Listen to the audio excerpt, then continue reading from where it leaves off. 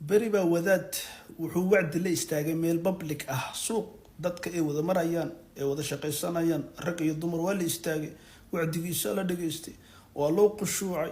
waa la wada ooyay ilaa hal haweeney ah aan marnaba isbedelin ma qushuucin iyadu marnaba haweeneydaas marka meesha taagneedoon isbedelin oo qushuucin waa haweeneydiisa way sheeqa hadhow guriga markii la tagay ayuu ku dhahay ma arkaysa dadkoo dhan way qushuuceen markaa bay ku dhahda haa markaa buu ku dhahay ilaa adiga baad qushuucin wax badan bay u tiriseen bihim waxbana ma sheegaye kadib wuxuu kusoo gabagabaysay dee waan ku garanaya marka waxaa leeyahay raggan waa rag is garanaya marka koowaad